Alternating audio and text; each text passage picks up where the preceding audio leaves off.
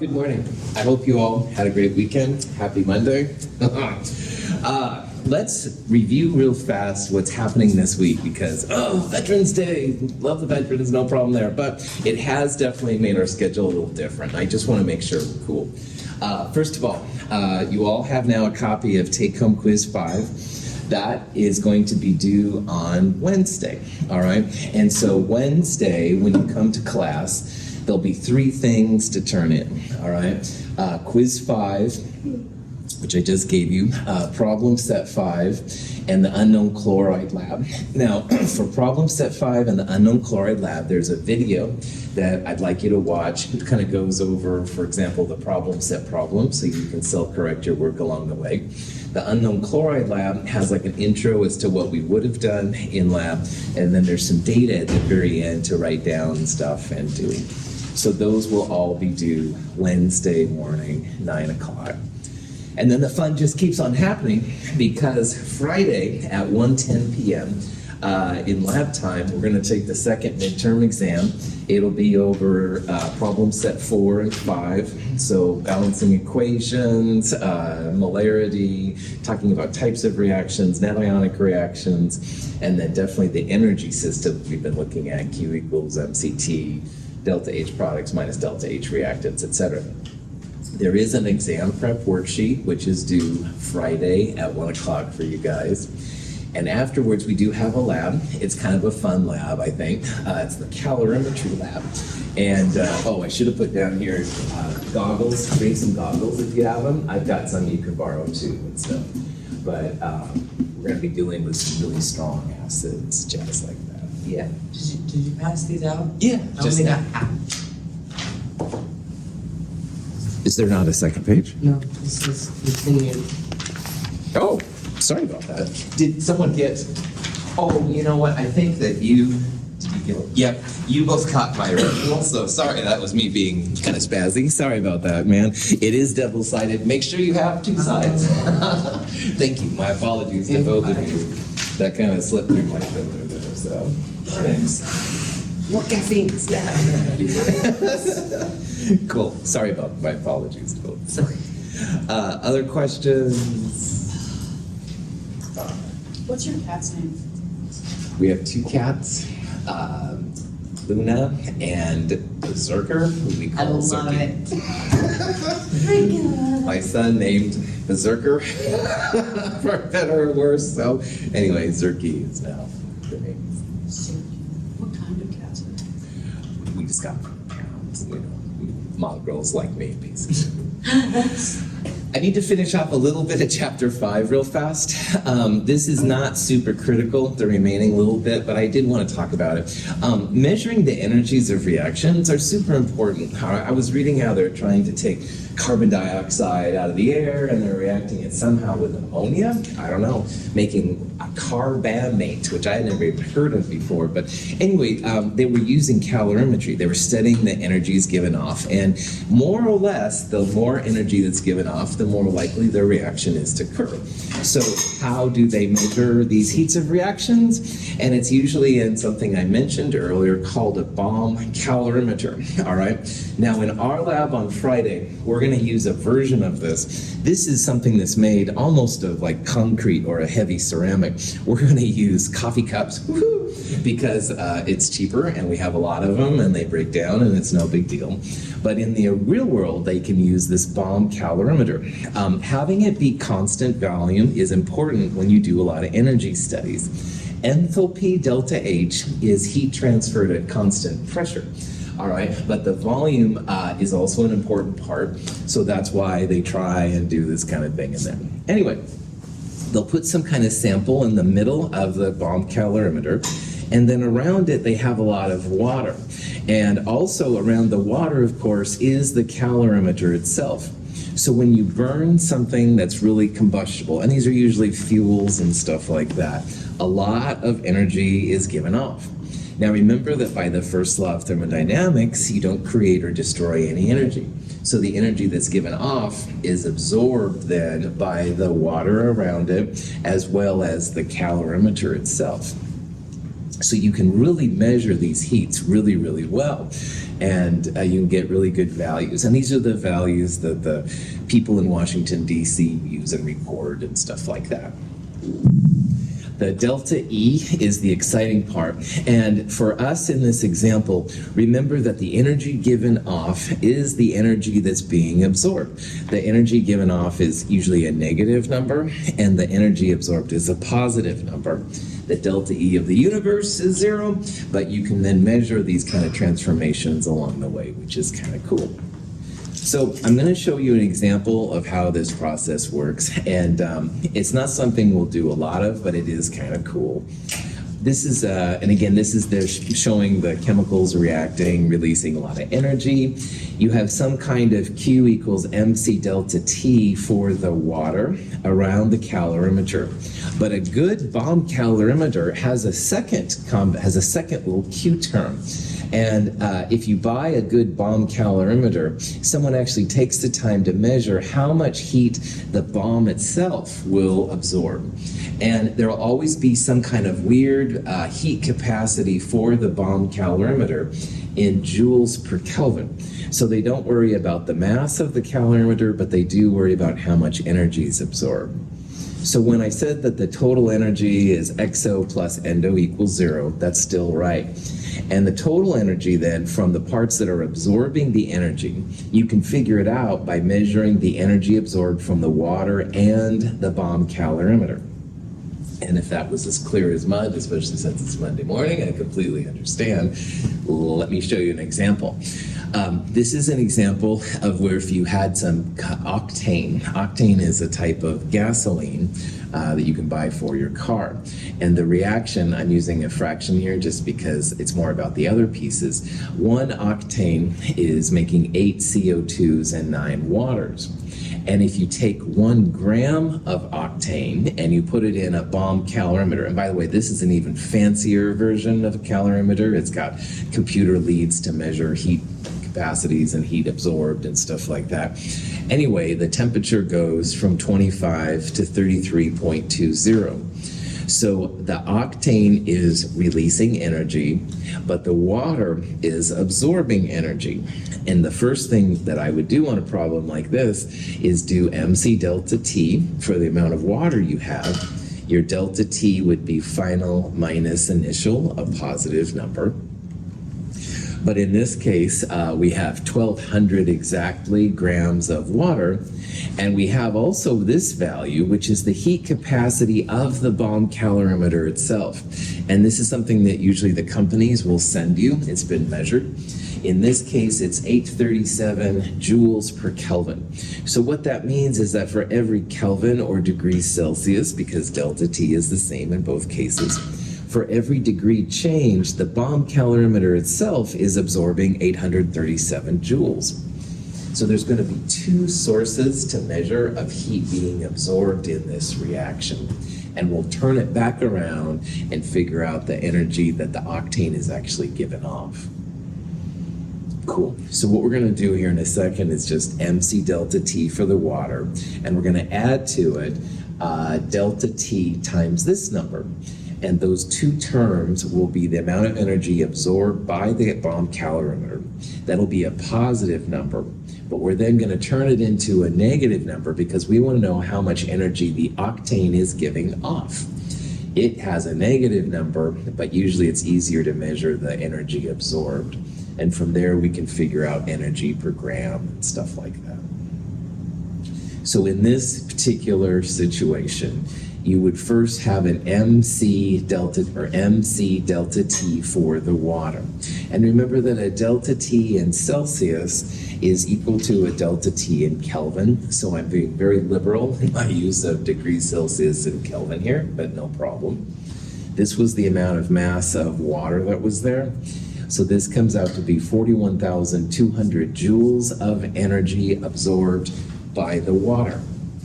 But in a good calorimetry experiment, like I said, the bomb calorimeter itself has a term to measure how much energy it's absorbing, because some of the energy goes through the liquid water and is absorbed by the bomb calorimeter. So in this case, they told us, and I'm taking it as a good number, that it's 837 joules per Kelvin. And there's 8.20 degrees Celsius, which is the same delta T in Kelvin. And that's what number we'll use right here. So the number here, 6,860 joules, that's the energy that essentially got through the water. All right, water's really good at absorbing, but it's not perfect. And so the bomb calorimeter absorbed an additional 6,000-ish joules of energy. So the total energy then that was evolved, we're going to first figure out how much was absorbed by the water and the calorimeter. So you add those two numbers together to get a big positive number. Now, when it's heat evolved, that's the octane giving off energy.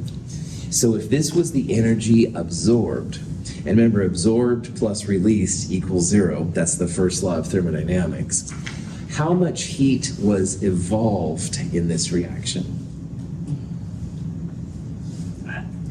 There's one more thing you have to do to it. You're right, it's close. Negative, good, that's right. The evolved energy would be a negative number. This is the energy absorbed. So just remember in thermodynamics, you can't cheat thermal, man, at least not as far as we know. So energy absorbed plus energy evolved equals 0, or Q hot plus Q cooled equals 0, whatever you want. So for that 1 gram of octane, there's 48.1 kilojoules released, all right? And if you want to get fancy, I don't know why you would, but let's say you did, your boss says you've got to. By the way, this number is this number divided by 1,000, so 48.1. We're putting a negative on here because it's the octane which is giving off the energy. And it would be negative 48.1 kilojoules per 1 gram. Well, if you take the molar mass of octane, you can turn it into moles, which is this number right here. And I put this up here because sometimes in energy, you'll see like lists of fuels or their output per gram or per mole or gallon or whatever. This is what people in the fuel industry will do. This is how they would figure it out, all right? They take like 1 gram of their fuel, throw it in a bomb calorimeter, get a number like this, and they can compare then like which one was the most efficient and stuff like that. That's actually not the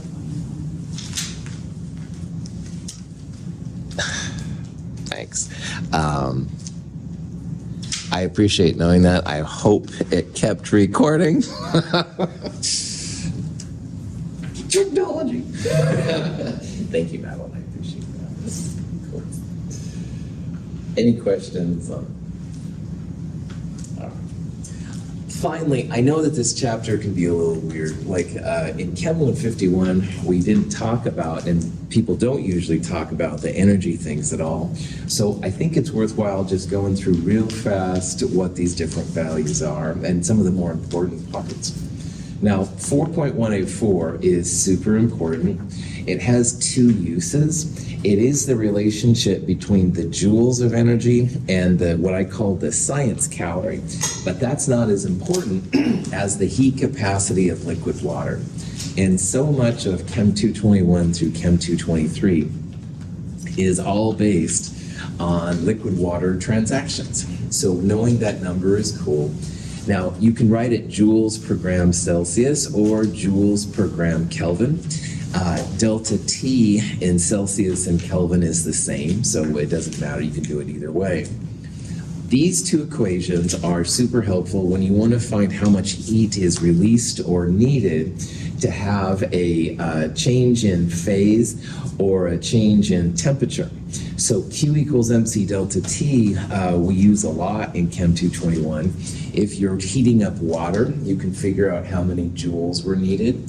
If you're having a hot piece of metal put in a cold thing of water and you want to see the average temperature at the end, you would use MC delta T hot plus MC delta T cold equals 0, stuff like that. However, if you wish to melt ice and turn it into liquid water, or turn your liquid water into steam, those involve a change in phase. So if you hear phase, just remember that's like going solid to liquid, or gas to liquid, or gas to solid. You're changing the actual state of matter. That's what phase means. And then you use the weird heat times mass equation, where there's a heat of something times a mass of something. The heats have different names: heat of vaporization, heat of sublimation. There's all different things, but these would be numbers I would give you, and they refer to like transitioning from a liquid to a gas or something like that. The mass I put in brackets because sometimes the heats are like joules per gram, and sometimes they're joules per mole. So your goal is just to use the right mass term in order to make the units cancel out. Then we move on to Hess's law. Hess's law is really cool when you have several different equations, but you want to find the delta H for a third reaction. And you can use the manipulation of reactions to get going. Heats of formation are used a lot of times in Hess's law and also in this law down here. A delta HF, which usually gets the little zero, which just means standard states. That's the energy usually released, sometimes absorbed, on making 1 mole of products from elements in their standard states. And in problem set 5, there's that huge table at the end, many, many pages. The first column are all heats of formation. And those are numbers you would never have to know. You could look them up, pretty chill. And then finally, if you can use this is a very powerful equation. If you need to find the heat of reaction for some system you're studying, you can add up all of the heats of formation for the product and subtract the sum of all the heats of formation for the reactants. Really, really cool. That's where these heats of formations are really helpful. Yeah. Sorry, I blanked out on it. The delta H, is that Rxn for reaction? That's right. Equals, okay. That's right. This is the summation sign, Clifford, so it means add up all of the. So you add up all of the heats of formation, their product. Now, these HFs are all per mole, so if your equation had like 3 moles of something, then you'd multiply it by 3. That's what the N part stands for. And you do the same thing for the reactants, but you subtract reactants from the products and stuff to get it. That was a good question. Yeah? Good. All right.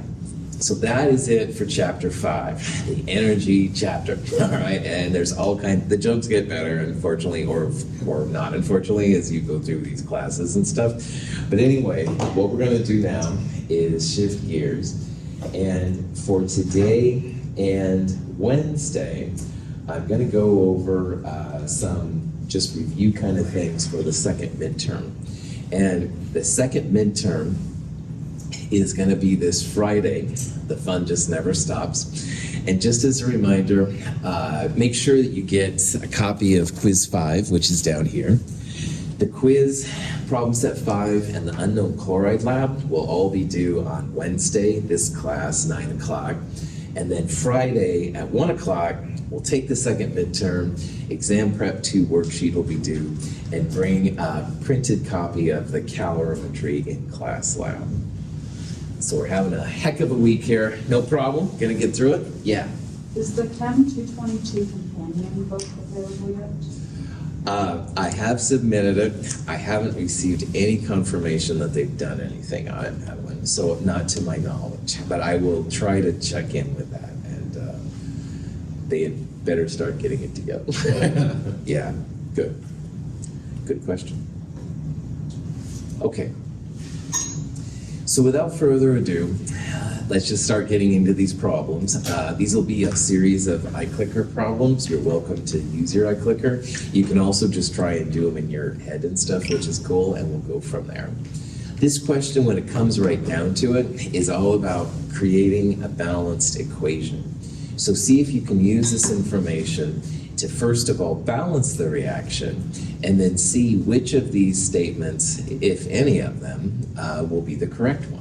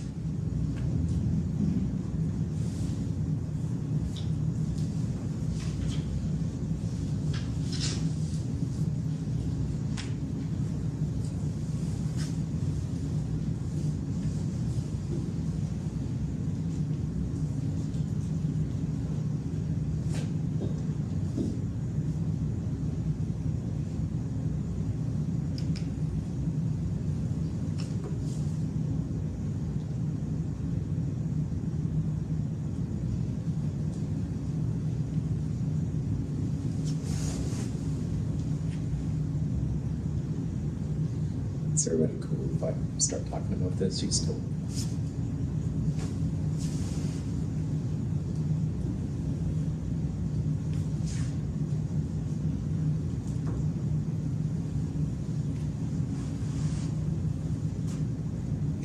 All right. So balancing equations, so important in everything we're going to do basically from here on in. Hints, if you have an element by itself, try to do that last. That usually seems to be the best way. And from there, then you just got to start kind of playing around. Now, sulfur exists in both reactants, and so definitely I would try to do this sulfur last because I think it will make it easier. Initially, your hydrogens are balanced, but the oxygens aren't. So when I see a reaction like this, I would totally start with trying to balance the oxygens. So if I put a big 2 right there, and remember, you can only use coefficients outside, you can't change the inside parts. But if you put a 2 right there, then the oxygens are balanced. Now that puts the hydrogens out of sync, but that shouldn't be too bad because we can put a 2 right there. And then we've got 2 times 2 hydrogens, 2 times 2 hydrogens. So at the end of the day here, then we have 2 sulfurs, 1 sulfur, so we would need 3 sulfurs. And if you're like, oh, that's black magic, that can't be right, you can always go through and check yourself, all right? And I do this myself too, so it's not just you. In this case, you'd have 2 sulfurs plus 1 sulfur, so like 2 plus 1. A lot of times we'll write them like this to show that they come from 2 different species. You don't have to, it's your call. 2 times 2, 4 hydrogens, and 2 oxygens on the reactant side. Now here we have 3 sulfurs, 2 times 2, 4, and 2 oxygens. Looking good. So in this case then, we have 2 H2S plus 1 SO2 makes 3S plus 2 waters. Now, I want to reiterate once again, the atoms on both sides are balanced, but the coefficients themselves are very rarely balanced. So here you can see we have 2 plus a 1 right there, 3 on the reactant side, and we have 3 plus 2, a 5 on the product side. So these numbers don't have to balance, but the atoms are the ones that have to balance. Okay. So then we can start looking here. It says 3 moles of S are produced per mole of H2S. So that would be saying 3 moles of S here, and I like that part. But then it says per mole H2S. And in the equation, that's not what we see. We see that there are 3 moles of S produced for every 2 moles of H2S. So A is not going to happen. Then it says a mole of SO2 is consumed per mole of H2S. All right, well, there's 1 SO2. I like that. But again, it's not 1 H2S, it's 2 H2S. So in this equation, we would say that 1 mole of SO2 is consumed per 2 moles H2S. So that one's not right. Then it says a mole of water is produced per mole of H2S. And initially, it looks like 2 moles of water made for every 2 moles of H2S. But 2 over 2, you can reduce down to 1 over 1. And that's why C is the correct answer here. Now, it looks like a 2 to 2 ratio, but again, 2 to 2 is the same as 1 to 1. This part right here is the total number of moles of product is always equal to the total number of reactants used, and that's not necessarily the case. It's moles of atoms, but not moles of reactants and products. So that's why this sounds kind of official, but it is incorrect. So. Any questions on that? Sweet. Now, combustion reactions are super important when it comes to chemistry. All right, we saw the example of octane earlier. This is a reaction where I'd like you to find what the balanced equation is for the combustion of butane. And I give you the formula of butane. And see if you can either look at those examples or remember what a combustion reaction is to see which of those is the correct reaction.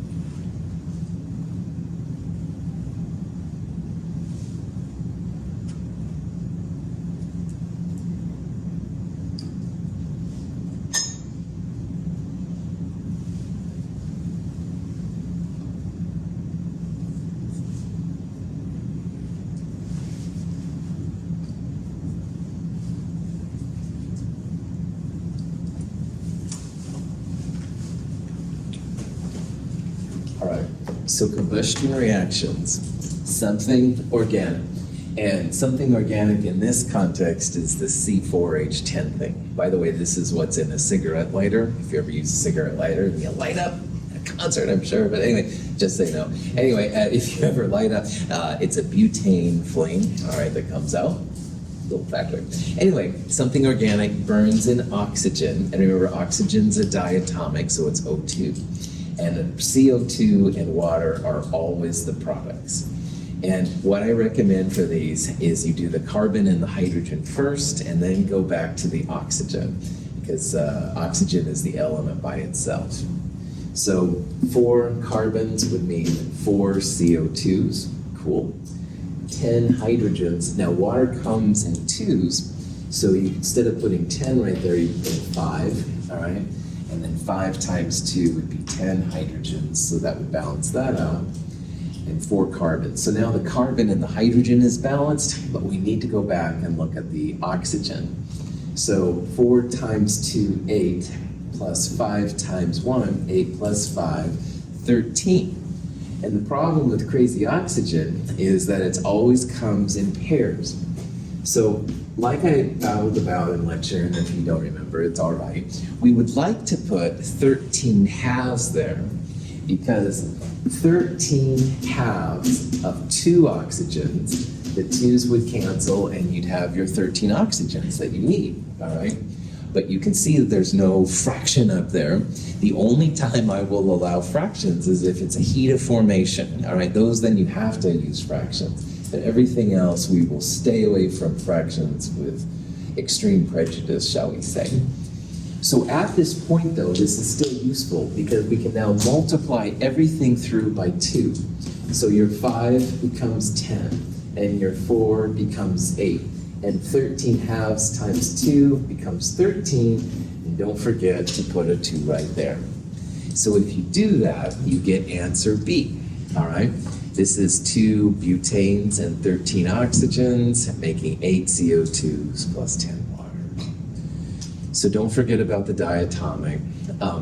Something organic might have oxygen in it too, and that's totally normal. You could have like an alcohol or something like that. Any questions? Okay. Now, the balanced equation is a hallmark, something really important to chemists, because there's so much we can do with it. So first of all, here we have our reaction. We have carbon tetrachloride. It's reacting with 2 HFs, hydrogen monofluorides. And it's making that next compound, which is difluoromethane. We'll talk about that next term. And also some hydrogen monochloride. You don't need to worry about the names. You have a balanced reaction. You could double check to make sure it's not. Now here's the thing. 2 moles of CCl4 are put into this reaction, all right? And the question is, which of these is true? Now it says that 1.7 moles of CCl2F2 is obtained, all right? So this one is the actual yield of CCl2F2. So knowing all this information, see if you can figure out which of these is correct. Answer E is a bad Star Trek reference, what Spock used to say once in a while. You don't need to know about that. But one of these first 4 answers is correct.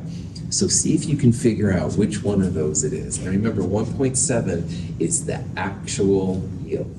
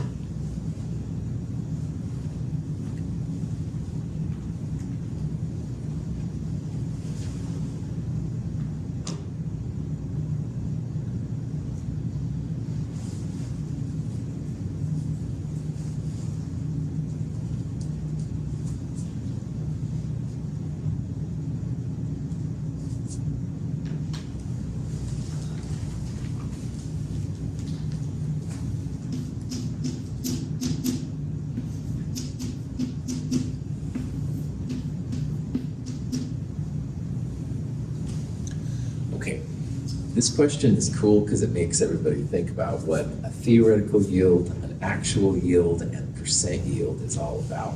And this is where the balanced equation is so helpful.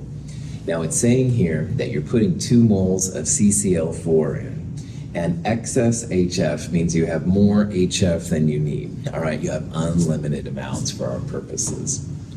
So the first thing I would do on this question is I would try and figure out how much of this product, this CCl2F2, you can make, and that's called the theoretical yield.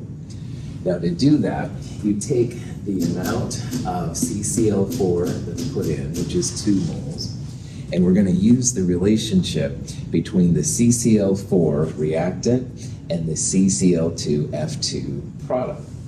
Now, this may sound weird, but just remember, you want to cancel out whatever unit you have. That's going to be the moles of CCl4, and you want to end up with whatever this weird product thing is, and that's CCl2F2. So you want the moles of CCl4 on the bottom because that's what you're starting with. You want those out of here, all right?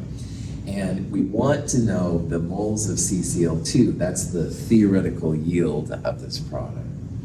So if you look at the reaction, there's an invisible 1 by the CCl4, and there's an invisible 1 by the CCl2F2. So if you put 2 moles of CCl4 in, you should get 2 moles CCl2F2. And this number is the theoretical yield. It's the maximum amount of this product we can make when we put 2 moles CCl4 in. We're using the mole-to-mole ratio. And again, these numbers come right from the balanced reactions, no magic or anything like that. The most CCl2F2 we can make is 2 moles.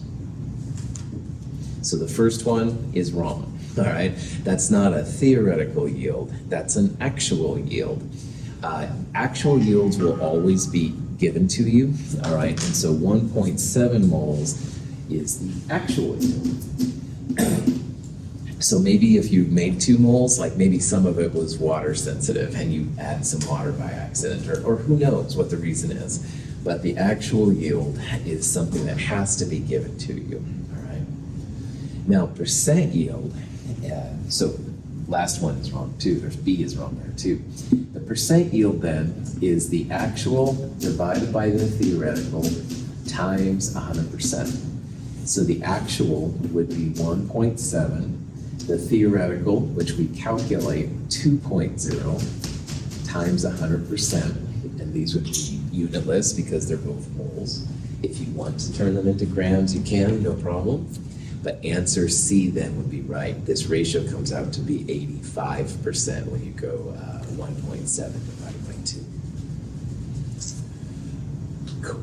Almost always actual yields are less than theoretical yields. They should be less than or equal to, but once in a while you get a sample which is wet or oxidized, something like that. Any questions on that?